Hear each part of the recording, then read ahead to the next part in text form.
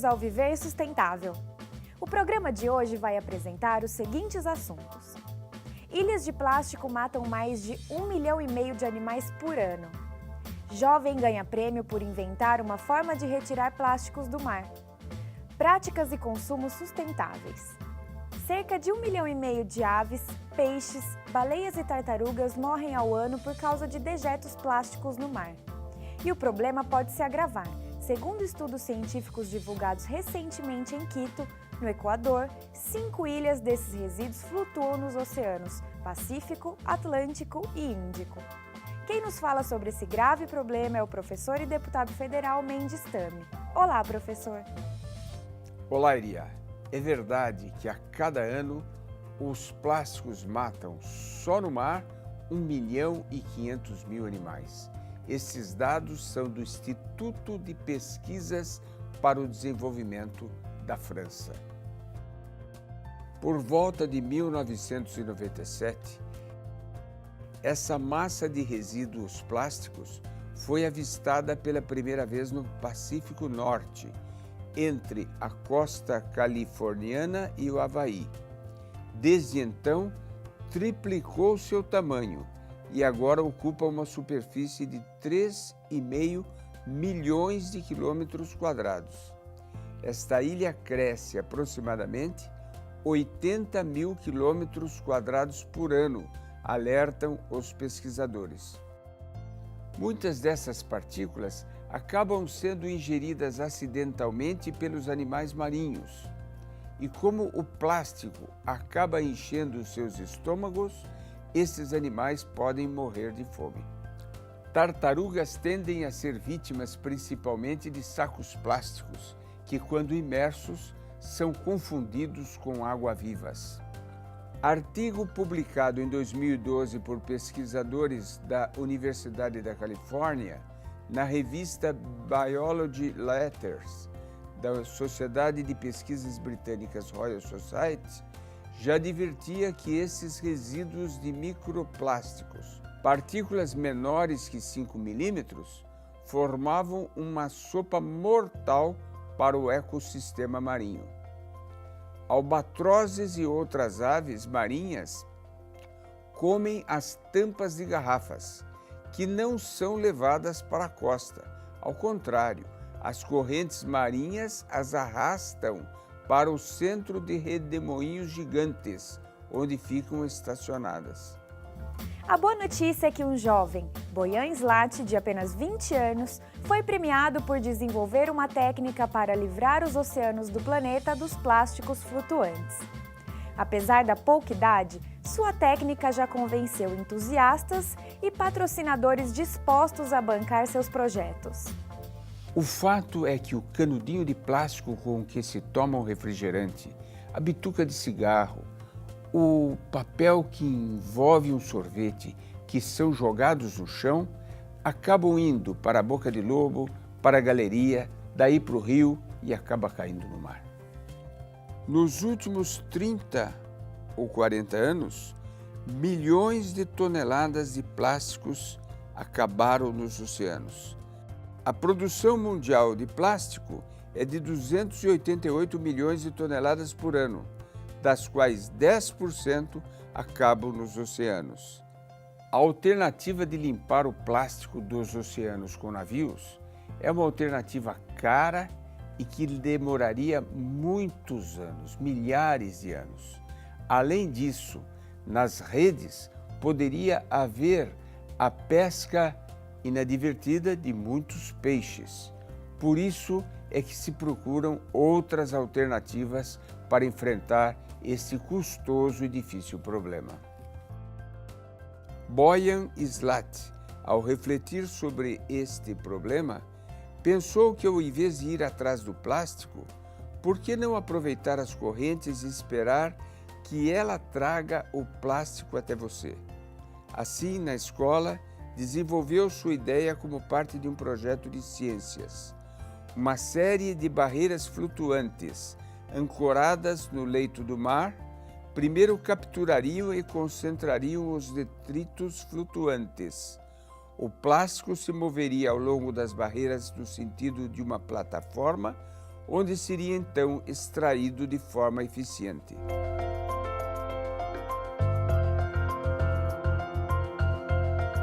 A corrente oceânica passaria por baixo das barreiras, sem nenhum óbice, sem nenhuma rede, nada que impedisse o fluxo dos animais marinhos.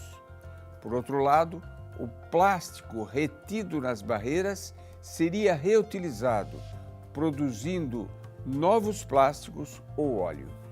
O projeto de ciências do ensino médio foi premiado como o melhor projeto técnico da Universidade de Tecnologia Delft. Ele criou uma fundação chamada The Ocean Cleanup, limpeza de oceano em tradução literal, e explicou no evento TEDx seu conceito de como os oceanos poderiam se limpar. Isto em 26 de março de 2013, meses depois de ser publicada na internet a fala de Slap no TED, o que se tornou viral. Ele montou uma plataforma de financiamento coletivo que captou $80 mil em 15 dias. Após esse sucesso inicial do lançamento do seu projeto, foi feito um relatório assinado também por 70 cientistas, o que permitiu que se ampliasse o financiamento e se chegasse já a $2 milhões. Espera-se que até 2020 a plataforma no Mar do Norte esteja pronta e esse projeto seja iniciado em grande porte.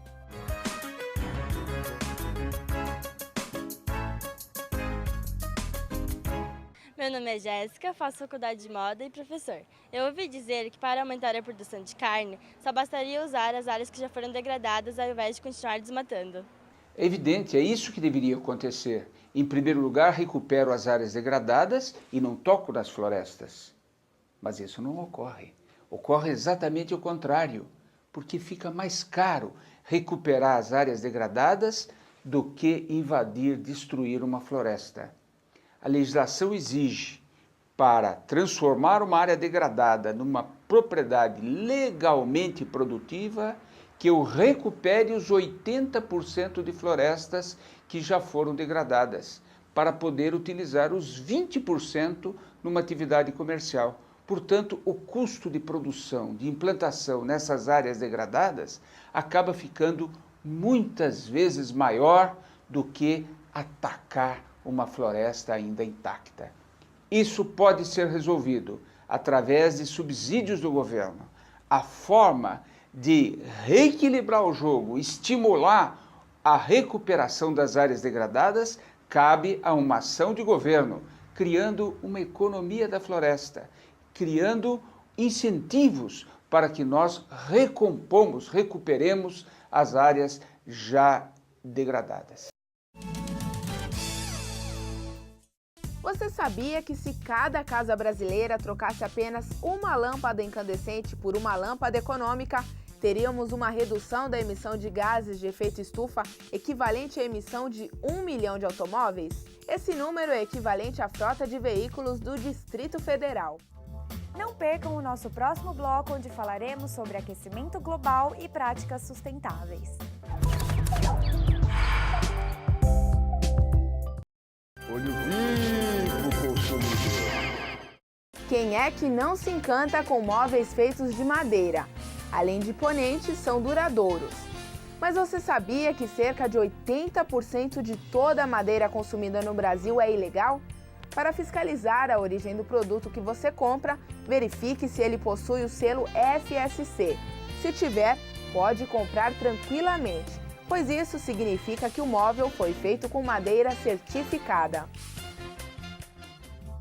O Viver Sustentável está de volta, falando sobre consumo consciente. Quem nos fala sobre isso é o professor Mendes Tami.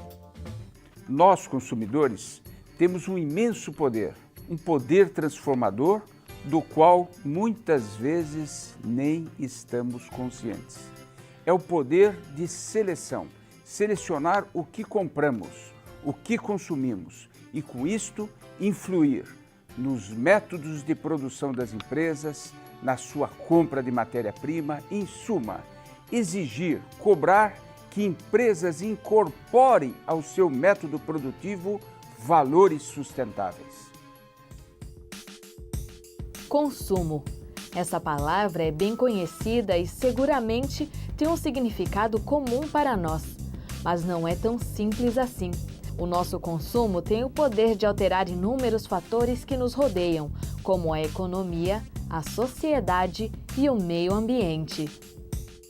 A senhora sabe o que é consumo consciente? Não sei. Desse termo eu nunca ouvi falar, para falar a verdade. Nem imagino o que seja. O que é? Olha, na verdade eu imagino que seja um consumo baseado em coisas ecologicamente corretas, por exemplo, produtos com embalagens recicláveis, tentar consumir os produtos que usam menos agrotóxico, esse tipo de coisa. É você consumir as coisas, os produtos que você compra, ter uma preocupação com o meio ambiente. Eu acho que é você colaborar para que as coisas possam melhorar para as gerações que estão vindo aí.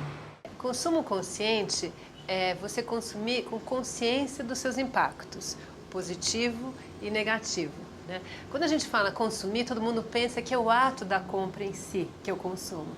Mas o consumo é um processo. Ele começa desde você pensar por que você vai comprar, se você realmente precisa daquele produto, a maneira que você vai pagar, se você vai se endividar para comprar aquele produto, se vai pagar à vista, se vai pagar crédito, de quem que você vai comprar, se é uma empresa que já trabalha com responsabilidade social, como você vai usar aquele produto, se você vai usar até o fim e como você vai descartar. Por exemplo, se você vai pôr um produto para reciclar ou se você não precisa mais, você vai doar para alguém que está precisando. Então, o consumo, primeiro, é um processo longo, que não é só esse ato da compra.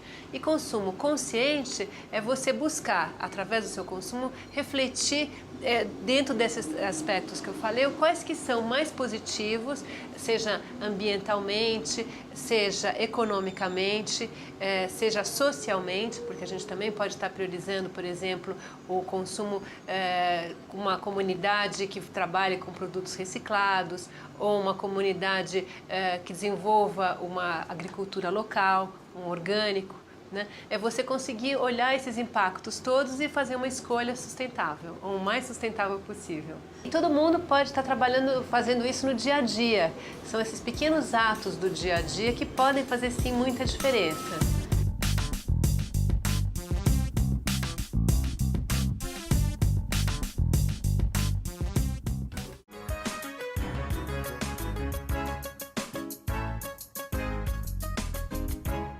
Como eu faço para saber se o produto que eu estou comprando é de uma empresa que se preocupa com o meio ambiente?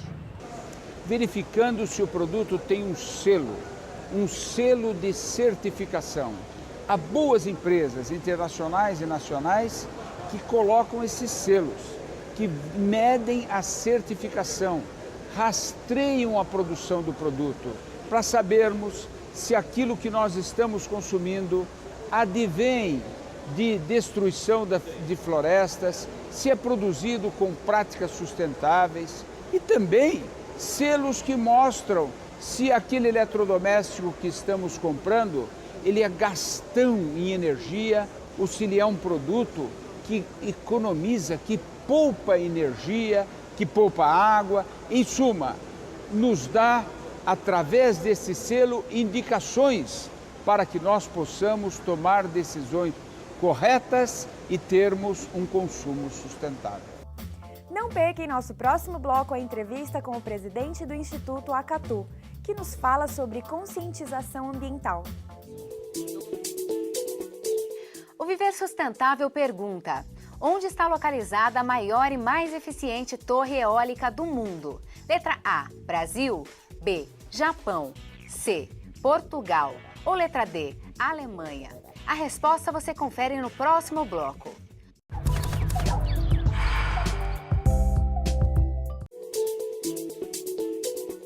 No bloco anterior, o Viver Sustentável perguntou onde está localizada a maior e mais eficiente torre eólica do mundo. A resposta correta é letra C, Portugal. A torre E82 tem capacidade de produzir 30% a mais de energia do que as torres tradicionais. Assista agora a entrevista com o presidente do Instituto Acatu. Torelli, é um privilégio poder contar com a sua participação aqui no programa Viver Sustentável. O que significa a palavra Acatu?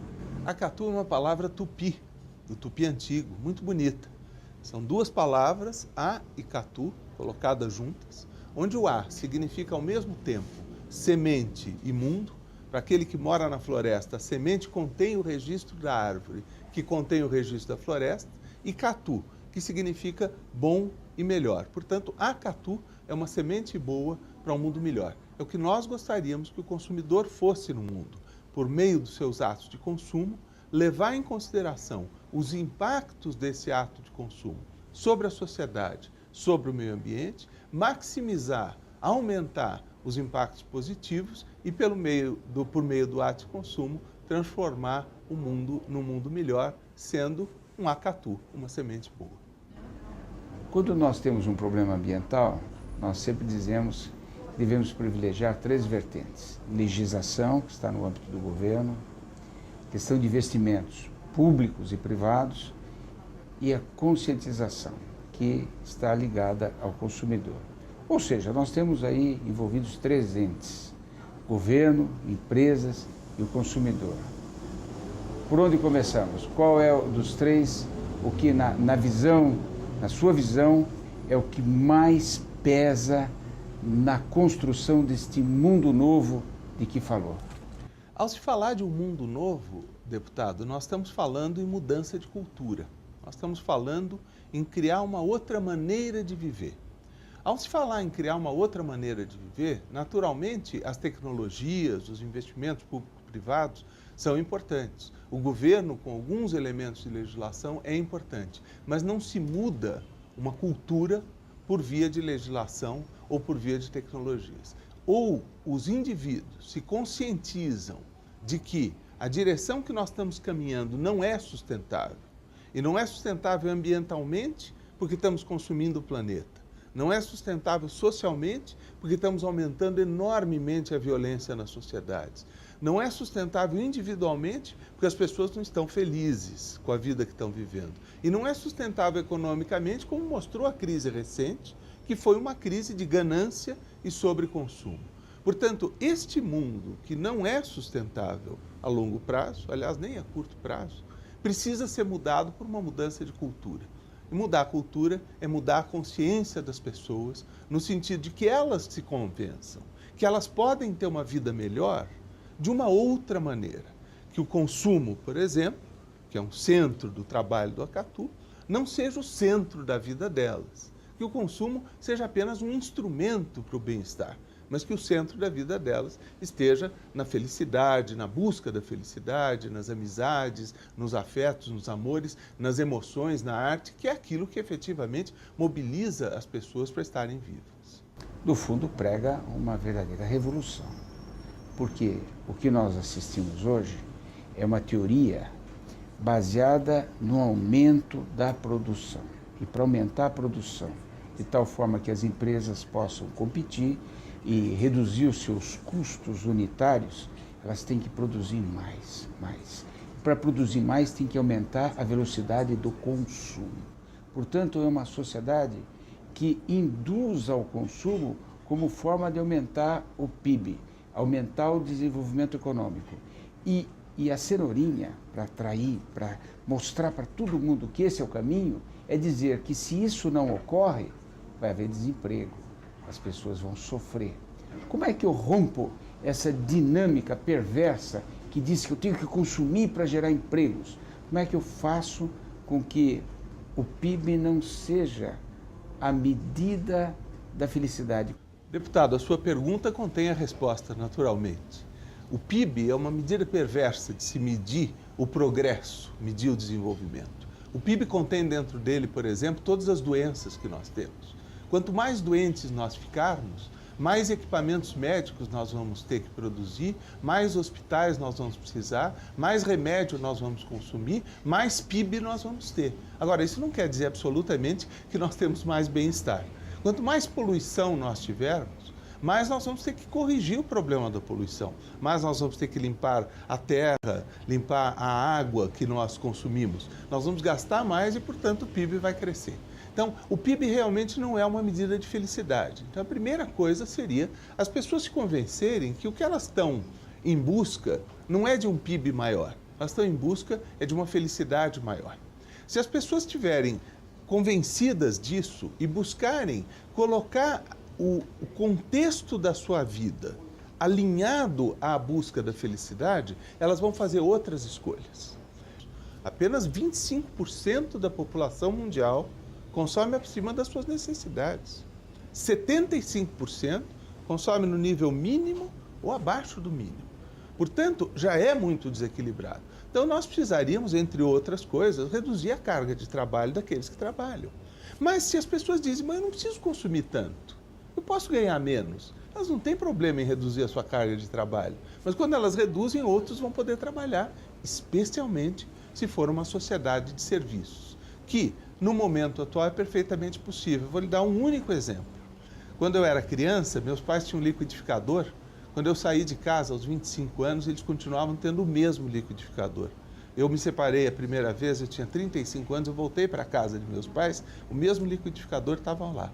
E 10 anos depois, meu pai faleceu e o liquidificador continuava lá. Este liquidificador foi consertado não sei quantas vezes. Portanto, ele usou mão de obra de serviço para ser consertado porque era um equipamento durável. O que ele fez, portanto, este liquidificador? Substituiu, produzir um monte de liquidificadores industrialmente, usando um monte de máquinas, por reconsertar de novo, usando um monte de mão de obra.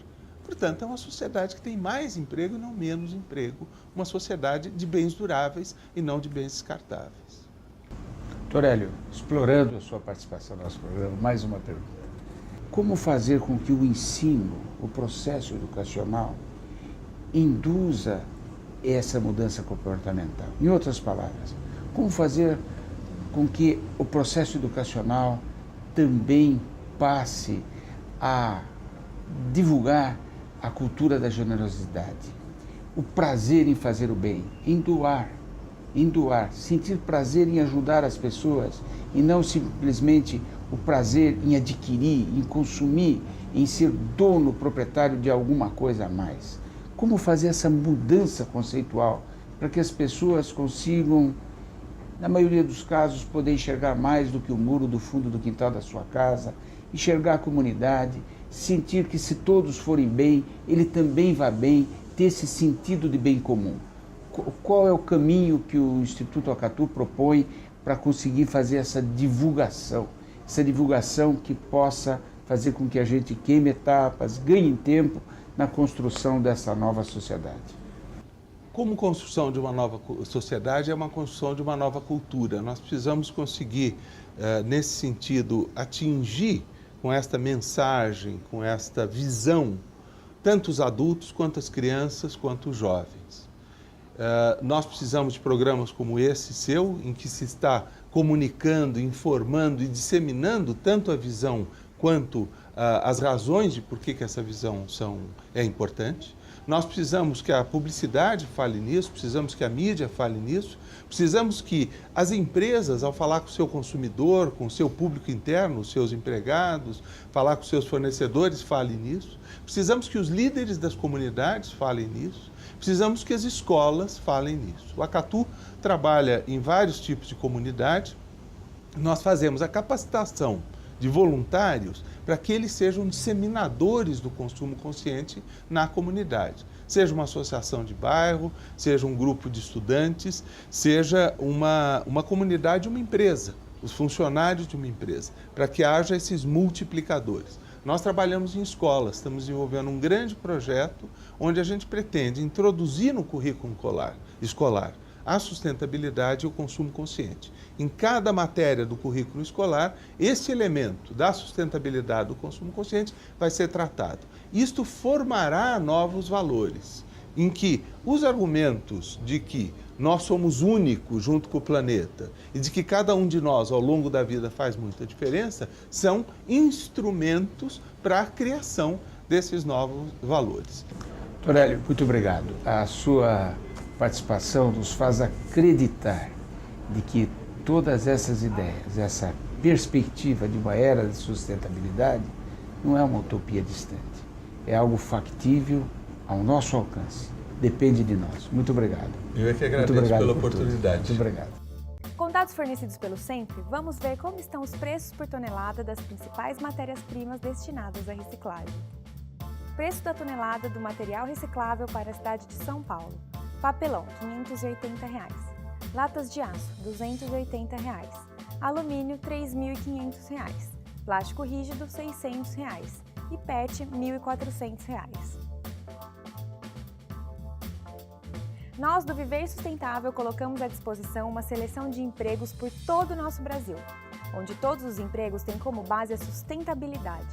Confira no nosso site viversustentável.net a lista completa de empregos.